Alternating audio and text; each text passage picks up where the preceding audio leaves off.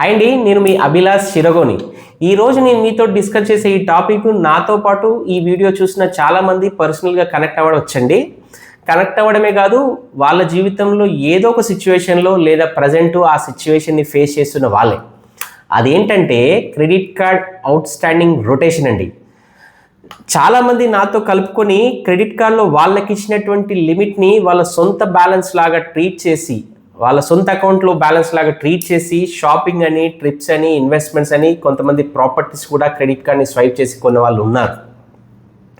ఈ credit card swiping charges month on month 1.6% నుంచి 3% వరకు, అంటే ఒక 10 లక్షలు నేను క్రెడిట్ కార్డ్ని యూటిలైజ్ చేస్తే 16,000 నుంచి 30,000 వరకు, అంటే ఒక సగటు వ్యక్తి యొక్క శాలరీలో 20% నుంచి 40% వరకు కూడా క్రెడిట్ కార్డ్ స్వైపింగ్ ఛార్జెస్ రూపంలో కడుతున్న వాళ్ళు ఉన్నారంటే అతిశయోక్తి కాదు.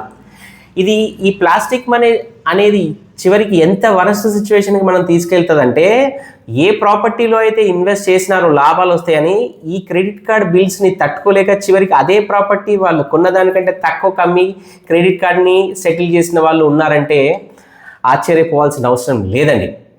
సో ఇదొక పద్య వ్యూహం అండి. దీంట్లోకి మనం పోవడం తప్ప బయటికి రావడం అనేది అంత ఈజీగా అయ్యే పని కాదు. కానీ దీనికి సొల్యూషన్ ఏంటంటే, కొన్ని బ్యాంక్స్, కొన్ని నాన్ బ్యాంకింగ్ ఫైనాన్సెస్ మన టోటల్ క్రెడిట్ కార్డ్స్ అన్ని కార్డులో మనం యూటిలైజ్ చేసినటువంటి బిల్స్ని క్లబ్ చేసి ఒక స్ట్రక్చర్ లోన్ లాగా ఇచ్చేటువంటి అవకాశాన్ని కూడా కొన్ని బ్యాంక్స్ ఇస్తున్నాయి, కొన్ని నాన్ బ్యాంకింగ్ ఫైనాన్సెస్ ఇస్తున్నాయి. దానివల్ల మనం ఎవ్రీ మంత్ అన్ని క్రెడిట్ కార్డ్ బిల్స్ని చూసుకొని, డ్యూ డేట్స్ని చూసుకొని మనం సపరేట్గా ట్రాక్ చేసుకొని పేమెంట్ చేయాల్సిన అవసరం లేదు. ఒక ఈఎంఐ మనం ప్రాపర్గా కట్టుకుంటూ పోతే సరిపోతుంది. సో కానీ మనం బాగా గుర్తుపెట్టుకోవాల్సిన విషయం ఏంటంటే, ఇది అందరి కోసం కాదండి. ఎవరికైతే ఎలిజిబిలిటీ ఉంటుందో, ఎవరికైతే సిబిల్ బాగుంటుందో, ఎవరు రీపేమెంట్ బాగుంటుందో వాళ్ళకి మాత్రమే బ్యాంక్స్ ఈ అవకాశాన్ని ఇస్తున్నాయండి. సో మీరు దీనికి ఎలిజిబుల్ అవుతారో లేదో ఒకసారి చెక్ చేయండి. దీంట్లో మీకు ఏమైనా సపోర్ట్ కావాలన్నా స్క్రీన్ పైన ఇస్తున్నటువంటి నా నెంబర్కి మీరు కాల్ చేయొచ్చు. రేపు ఒక మంచి వీడియోతో మళ్ళీ కలుస్తాను. నమస్కారం.